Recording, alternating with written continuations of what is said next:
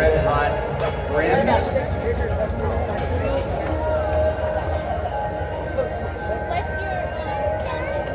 Thank you everybody last year who contributed, putting a few dollars in here and there to help buy these bikes. Okay, hold on. So I was a bird. Thank you so much, Amber. Getting ready to start the video? Or you got it started? I got it started. They're not going to start the race for another 20 minutes. It's only 3:30. If you run it that long, you're going to be dead before they... Thank you, Mark. Started Racers here today. Started already. Coming, it's a very special event. You're all very special athletes. You're an inspiration and a motivation to all of us. Thank you for being here. We want to also recognize the work of Louisville University Health Possibilities, powered by Quest Diagnostics, for being a sponsor of this Paracycling Series race, as well as funding from another very special organization that we have with us here today. Kyle McGinnis, representing the Craig H. Nielsen Foundation, funding for the U.S. Paralympic Cycling Series, is made possible by a generous grant from the Craig H. Nielsen Foundation. The Nielsen Foundation is dedicated to research and programs to improve the quality of life for people living with spinal cord injuries. U.S. Paralympics is most grateful for this significant support. So thank you once again to the Craig H. Nielsen Foundation. Kyle McGinnis is a representative of that. Thank you all for being here today, and thank you, Mark. Thank you very much. And on behalf of our entire group, we have a signed and framed Tracy Bailey Holmes picture with our 2016 commemorative award.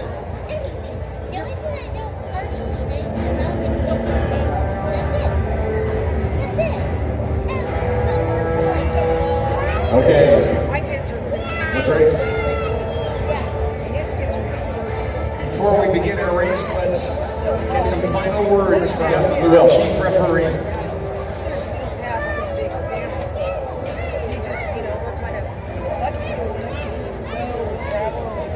All right, good afternoon, ladies and gentlemen. This is the PossAbilities Paracycling Criterion, and you'll be racing for approximately 30 minutes. This is a timed event, and we will be going to miles to go. Please do ask that the slower riders stay to the right. We will have a lead motorcycle with you. We do have a Shimano pit that is located ahead on your right, and 3 laps in and 5 laps to go. You make up the course to get to the pit.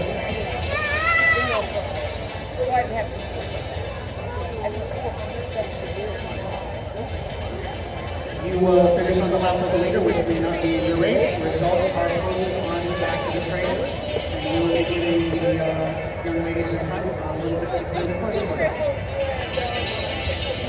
Let's start.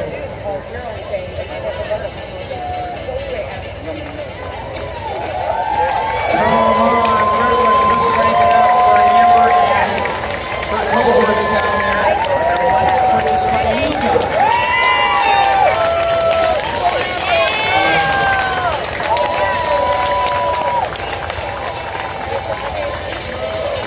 We're going to give you guys 30 seconds to start. 30 seconds to start.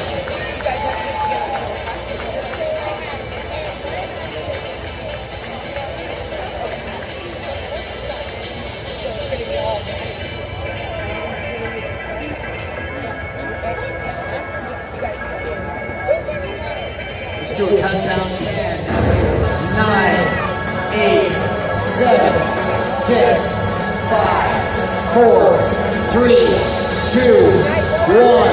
Paracycling underway in Redlands. Final day of action right here.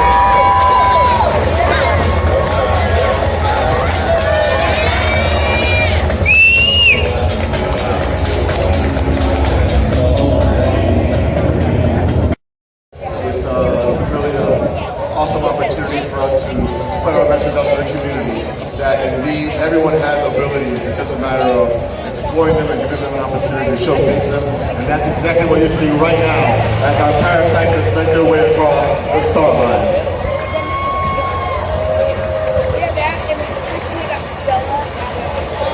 So in this category, did everyone race together on the same level, the same category here, or is it divided up from what the whole field is that we just saw take off? Yes, they are divided up. It's a mass start, so that's why you saw them all taking off together. But there are different categories here. We have 5 different classifications in the hand cycle category. And then you see these recumbents. These are the 3 wheels that just came by there. That's a recumbent. So those are the 2 categories that are competing today.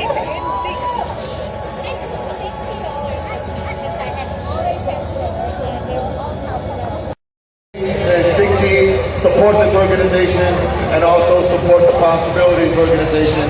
What you're seeing in front of you is the fruits of many, many hours,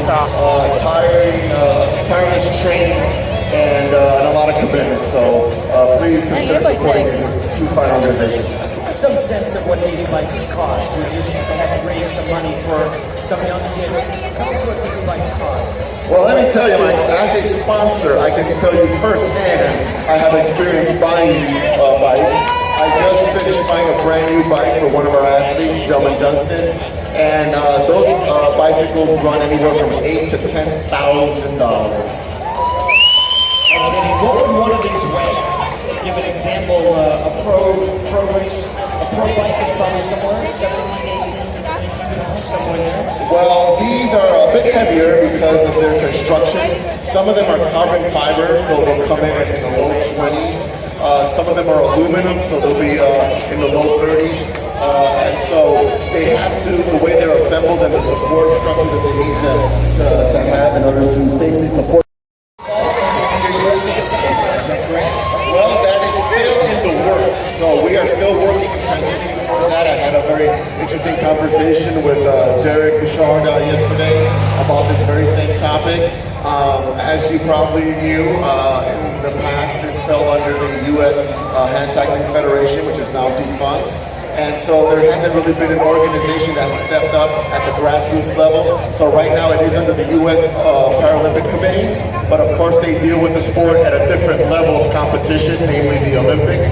And so we're still looking for an organization that will kind of take us under their wing and develop paracycling at the grassroots at the local level so that we can find the future Paralympians of the world. And tell us a little bit about the Olympics and how this plays out. So we're watching these guys here, and we always hear about the Paralympics. They take place in the country, so when you get in Olympic Games, you also get to host the Paralympics. And so theoretically, the American kind of federation, whatever it is, that supplies athletes who go on to represent the United States. How does that work in this category? Well, here, it's interesting you should ask that question. Here we actually do have some athletes, and I'll try to point some of them out as they go by, that are actually in contention for the U.S. national team. From the U.S. national team, the U.S. Paralympic Committee then selects the athletes that will be representing the United States in Rio de Janeiro, Brazil in September. The Paralympic Games begin September 7th and run through September 18th. So placement of the U.S. national team doesn't guarantee you that you will represent the country in Brazil, but it puts you in an awfully good position to do so. And we have some Paralympic locals here, a lot of the Paralyzed Veterans Association, many of the members are poised to join those ranks. Delvin Dunstan was also practicing and training for the Paralympics in 2016. And so they haven't made the final announcement yet as to which the final team will be, but we're hoping that when they do so, some of the people that you're seeing right here today, racing right in front of you, will actually be representing your country in Brazil in September of this year.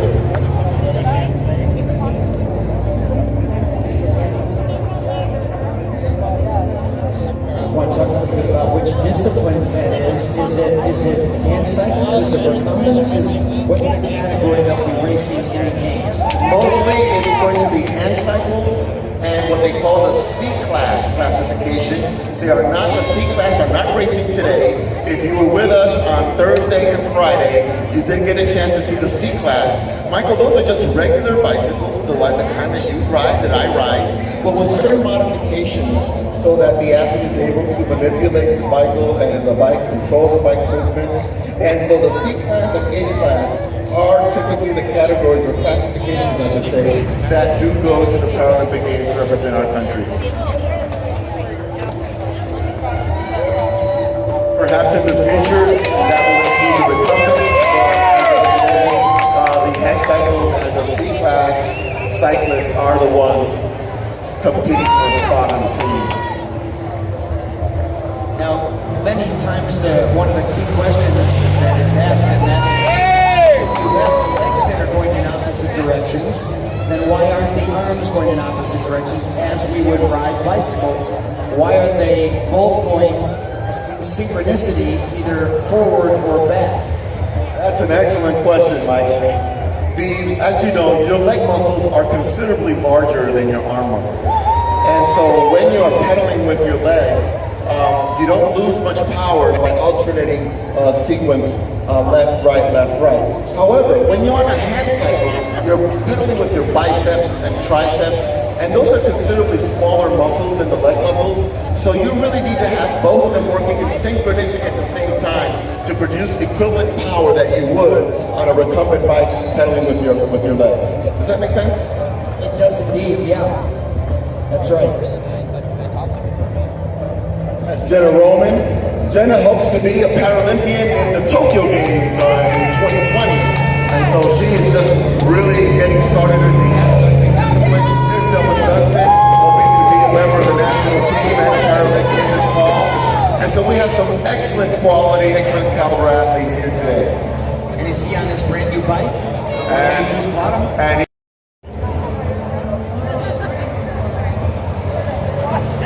We're 10 minutes into our event.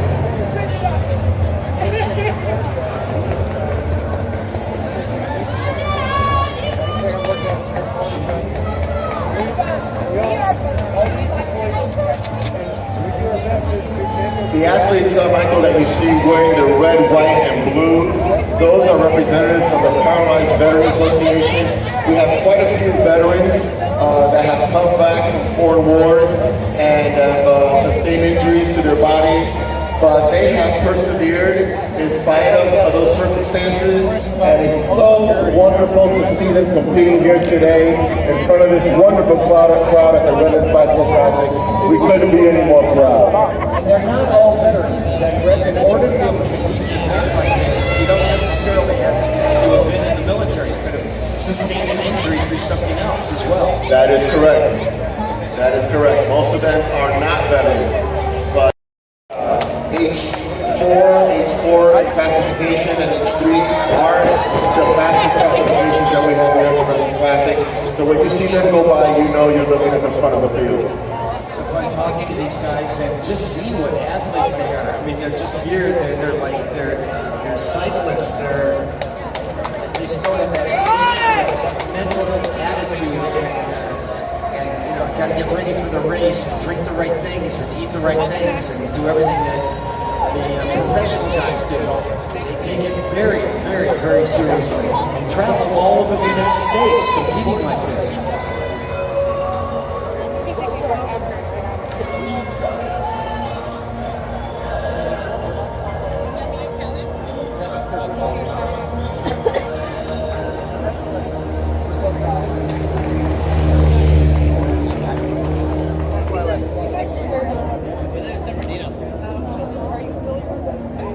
Michael, what's interesting about the paracycling discipline is that unlike what we call the able-bodied cyclists, the paracyclists, they actually peak and get better with age.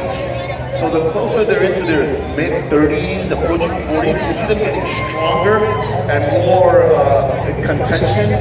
And the young folks that are just starting out, which you would think in the able-bodied world, that would be the prime age to be cycling and competing. And not so with paracycling. With paracycling, a little bit of age goes a long way. It probably has a lot to do with muscle mass and being able to build it. And if you just recently sustained an injury, And let's say your discipline was running, or even your discipline was cycling. It's all about lower body. It's not about upper body. So now suddenly you have to turn your legs into your arms in order to be able to compete. And that's a whole new ballgame.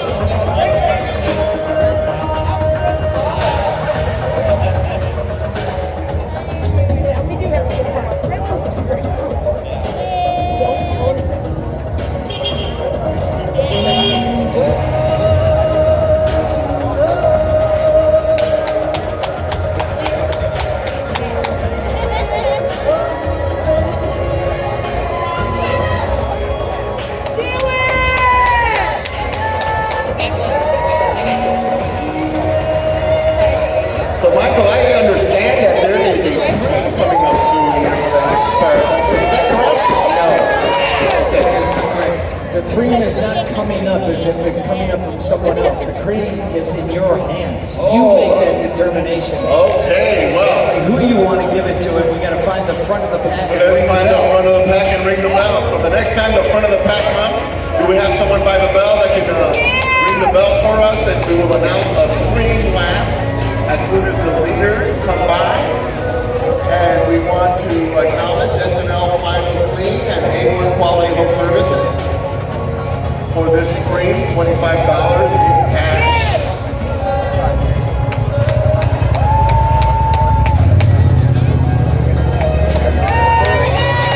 Cream lap, cream lap, cream lap, cream lap, cream lap. Next one to come across, $25 in cash. Cream lap. So the whole notion of sprinting, right? So you stand up on your bike, you rock the bike sideways, both ways, you get an extra locomotion in the process of doing that. You're pulling with your right arm, pushing with your left leg. So in this particular case, their ability to be able to accelerate beyond what would be their max, I would imagine it'd be somewhat limited. Yes, indeed, it is somewhat limited. That's why you have to, as a paracyclist, much as a hand cycle, you have to stay some for the end. You witnessed yesterday how our more advanced and experienced rider took the position, and the younger guy in the back, his name is Ryan Pitney, he had to come across, come around, and try to overtake the first place rider. He just didn't have enough oomph in those arms to pull it out, but that is exactly right. They do not benefit from getting up on their legs and motioning with their bodies left to right. They just have to stay some to the end and make sure that those arm muscles are ready to go when they need to sprint. Fascinating watching this, and having you at our course side here is a major help in helping us all understand and appreciate what it is we're looking at out here in what is for many people an absolutely fresh discipline they've never seen before. It's a pleasure to be here, Mike. Pleasure to be here. So what is the normal business involved in this? I'm going to hear about it after we have our pre-sprint here. We'll talk a little bit about the actual sponsor of this. Number 95 earns $25 cash from SNL Final Clean, A1 Quality Home Services. That's Willie and Lori Ojeda. We want to thank them for their generosity and their support of this Paracycling series. Willie and Lori Ojeda, thank you very much.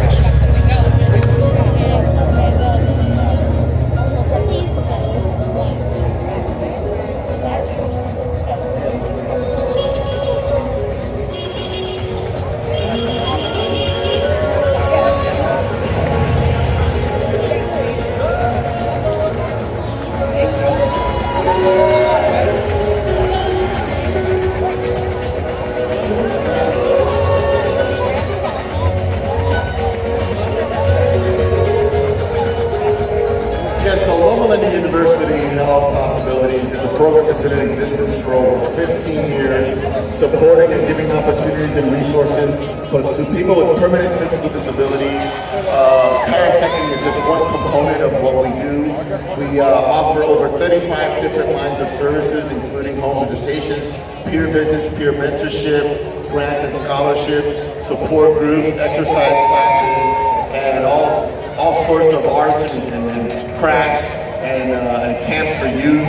And so it's just a myriad of services. It's all provided free of cost, no charge to anyone with a physical disability, a permanent physical disability. We do this thanks to the support of the hospital, Oklahoma University Health, and also our title sponsor, Quest Diagnostics. Did you know, Michael, that Quest Diagnostics donated $1 million last year for a 3-year sponsorship of this program? Unbelievable. And tell us a little bit about Quest Diagnostics. What are they, a hardware, a software company? What do they do? They actually provide lab services. Some of you may already be familiar with them. You go get some blood tests done and your doctor needs you to get a complete panel, like they call it. They do the laboratory diagnostics. Quest Diagnostics, they're nationally known, and they're a wonderful company, and they are an excellent supporter of PossAbilities, and we couldn't be more in their debt for what they have done in the past 3 years. So we just want to recognize their support and their sponsorship today. Of course, as you know, prior to Quest coming on board, San Manuel Band of Mission Indians was our title sponsor. They continue to be our founding partner. That's a title they will never lose. Our founding partner, San Manuel Band of Mission Indians, and our title sponsor, Quest Diagnostics. And also we want to acknowledge the Craig H. Nielsen Foundation for being a founder of this weekend's race, the Paracycling race for those that have spinal cord injury. So everyone out there, mostly the hand cyclists that you see out there racing today, they have been in part funded by the Craig H. Nielsen Foundation. So we want to thank them as well. Kyle McGinnis is here today.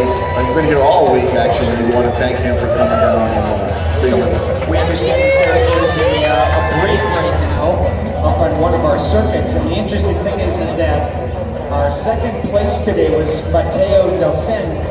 In our overall standings, he was 2 seconds behind our race leader, Salido, who was in the yellow jersey that you saw when we sent our men out on their 88-mile trek up and around the Sunset Circuit. Here's the deal.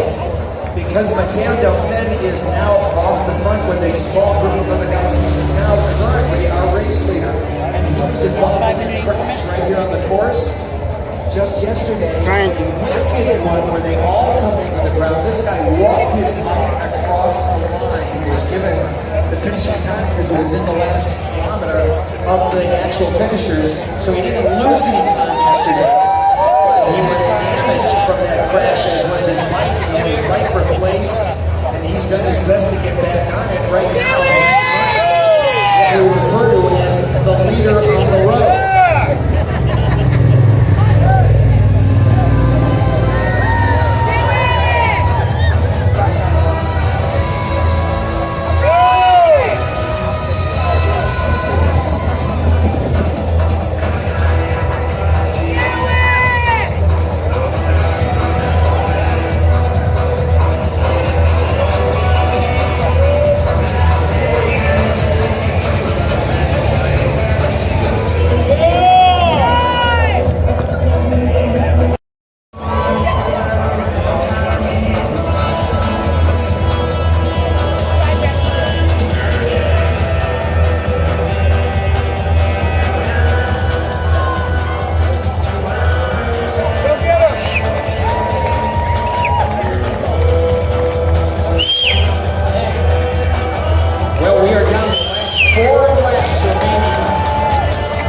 Paracycling event here in Redlands. This is the final day of bike racing.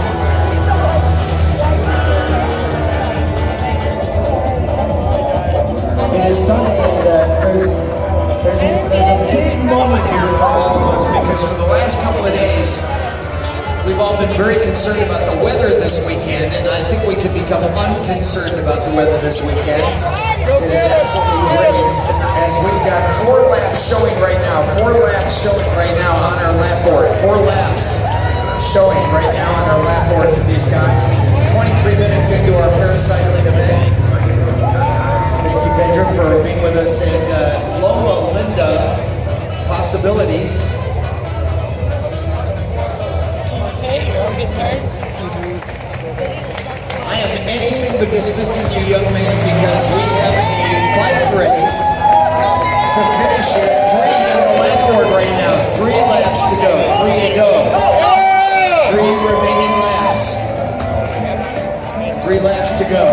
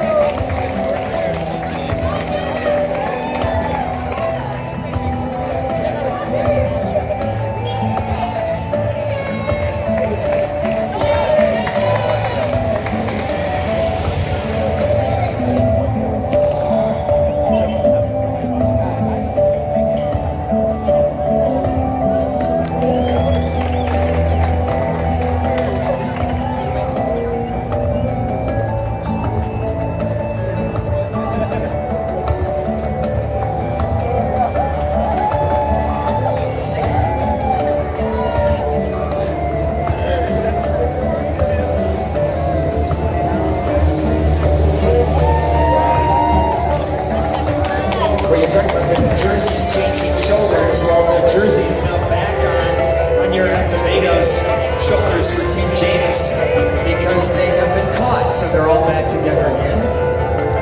We're going to see attacks all day long because there's just too many guys that could win this bike race. Look at this. Third place, Lachlan Morton is only 13 seconds out of first place. Gilson Powis, our great climber, is 29 seconds back. Kyle Murphy at 29 seconds. 38 for Travis McCabe. This is anyone's ball game up there. Any attack that sticks could completely change the complexity of our road race up on our final day of bike racing here in Redlands. So all eyes on our men's horse.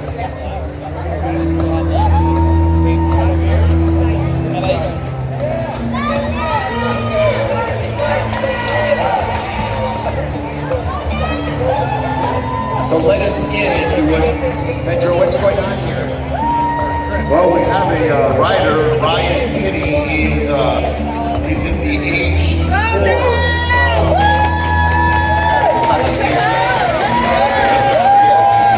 And his number? And he is bib number 09595, and he is the race leader. He is leading the race, so when you see him come by, he is the front of the field. And it appears he's doing so well today that he may actually get to lap the field. He is not too far behind those that started with him.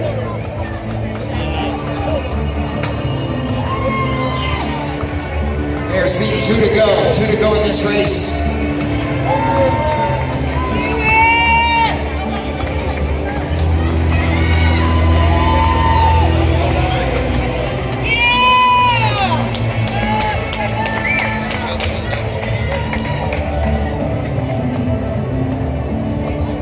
So we understand our leader just made the turn. A little difficult for us to figure it out up here, but we're going to be ringing that bell because there's one to go now. And here's our leader right here. Ryan Penny is our leader. And as you can see, he's almost about to catch. Almost about to lap the field. Hey, Terry. Ryan Penny, yes, Ryan Penny, number 95, is our race leader.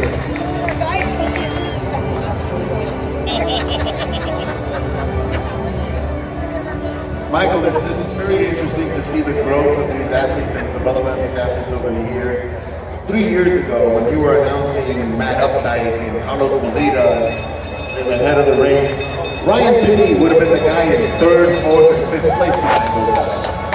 And now look, now he's somewhat transitioned into the king of the mountain, for lack of a better term. You bet. Well, he may be our champion here today. Watch for racer number 95. Could be our race leader.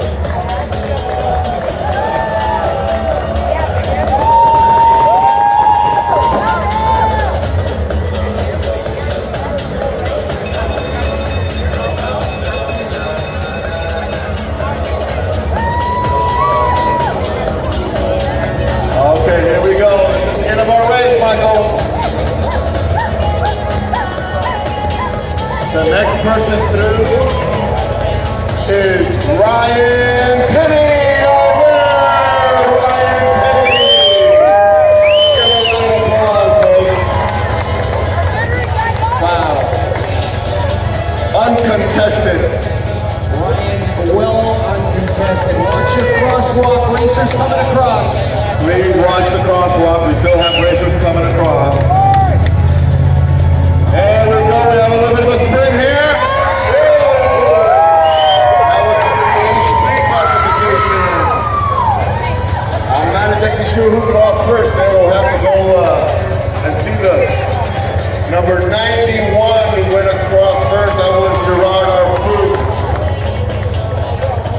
That was a tight one. That was a sprint, Michael. That's what I mean about leading some to the end. That was awesome. And we're going to have to go to the tape on that one and figure out who was second, third place here today in our paracycling event.